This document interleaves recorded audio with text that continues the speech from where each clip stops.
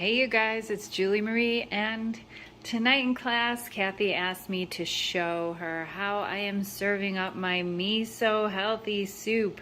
This recipe is an awesome one that you can layer up the way you like it, and I want to show you some upgrades that I added to this recipe since this recipe was published, because we were talking about them in the chat during class tonight.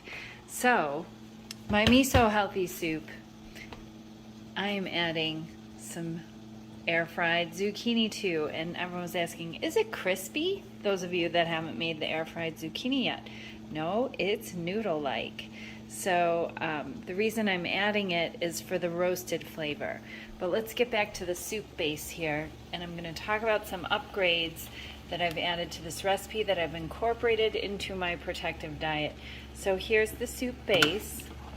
I've got all my protective veggies and garlic, and I added some dried mushrooms to this, and here I have my miso paste, and I'm adding my hot soup broth. You know, read the directions on the recipe how to get this one going. We add the hot soup broth to the miso to dissolve it before adding it to the soup. That's all on the directions. But the change I'm making tonight is normally I drop the bricks of this awesome quick to fix ramen. It's got nothing but good stuff in it, but I'm upgrading to fresh milled whole wheat homemade pasta that Jerry made before PD Ed class tonight. It's that easy using a pasta maker. I recommend making homemade pasta if you are into milling your own wheat in a grain mill, because then you're getting the whole germ. If you're buying flour to make homemade pasta, I think it's just as good to buy the packaged pasta. But here we are upgrading to this tonight.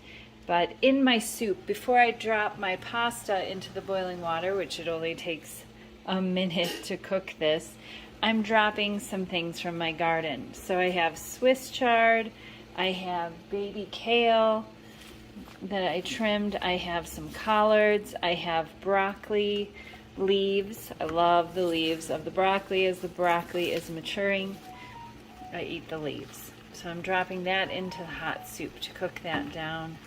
It will just, I've turned the heat off now, so it's just going to melt into there. And then the toppings for my soup are here, but first I'll show you how I drop this pasta.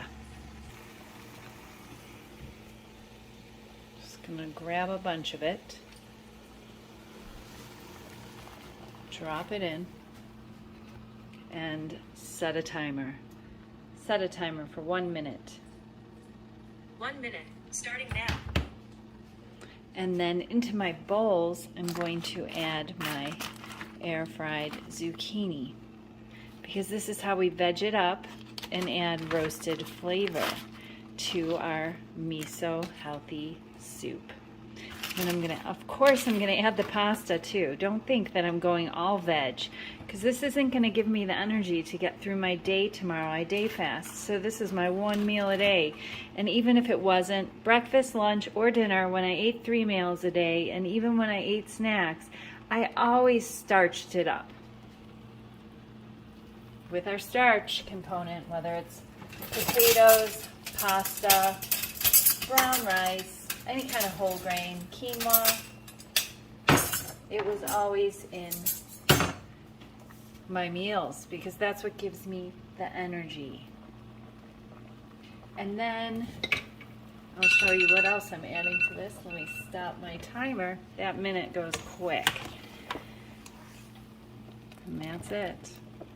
And that is going into my soup right there. So I'm 50-50ing it up there with veg, and then I have, of course, more protective veggies in my soup itself. I'm going to add my miso now that it's dissolved into that broth. That's just to get it to distribute really well. There's still a little bit in the bottom. We'll get it out just like that.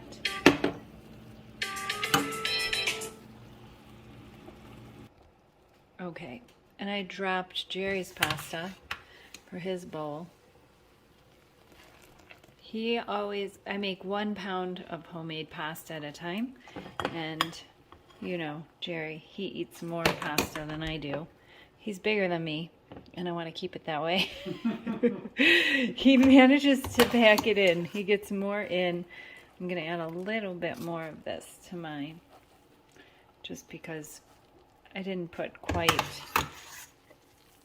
a third of a pound in mine. Usually that's how it works out. I usually eat about a third a pound. He eats about a 2/3 pound of pasta when I make pasta. And then on his, here's my other batch of air fried zucchini. Oh my gosh. And we'll mix that in with the noodles somehow. I don't know how. He's probably going to have to come back and get more broth because this is building up too big. But here's my greens and my broth and my carrots and my celery and onions and jalapenos and Fresno chilies I added, and dried mushrooms I added, and I did add a little bit of black pepper to spike my meal with pepperine, which is that phytochemical that's found in black pepper that boosts the bioavailability of all of our protective spices and ingredients. Oh my gosh, this bowl is getting bigger and bigger and too green. I've got a lot of zucchini in there. I don't want to overgreen it. That would be a fail. I still want to taste my noodles, feel that satisfaction of the starch.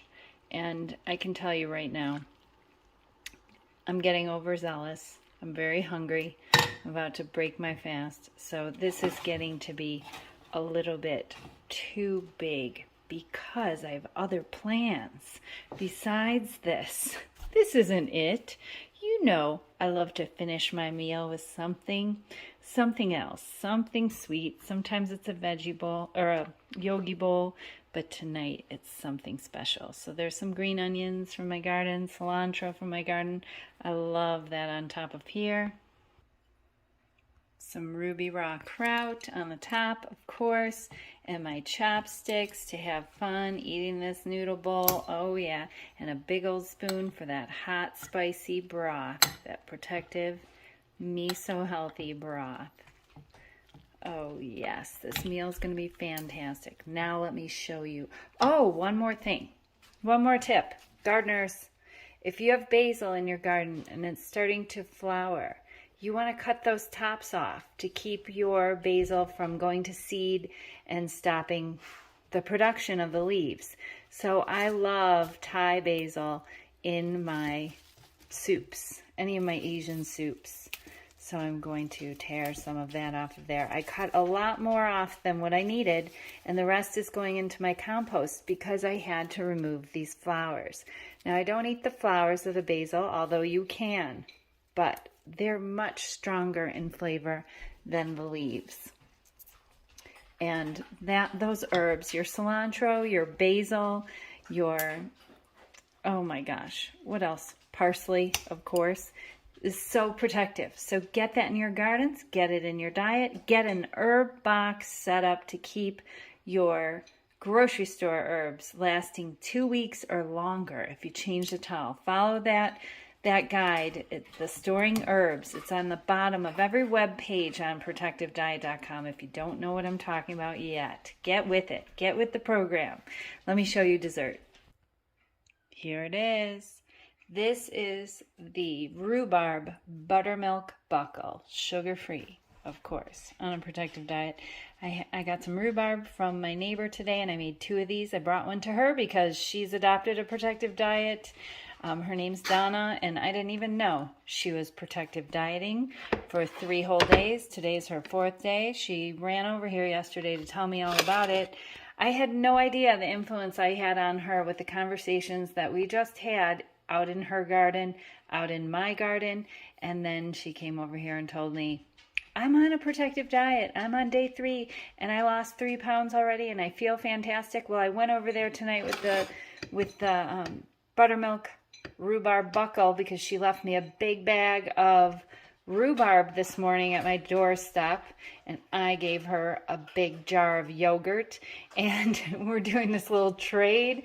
It's kind of fun. We're like passing this bag back and forth, and we just keep refilling it with different things, and she loved this. She just sent me a message saying, oh my gosh, this is fantastic, and she was making the veggie chili when I went there and dropped off the buckle. I'm like, Jerry, she's really doing it. It was so exciting.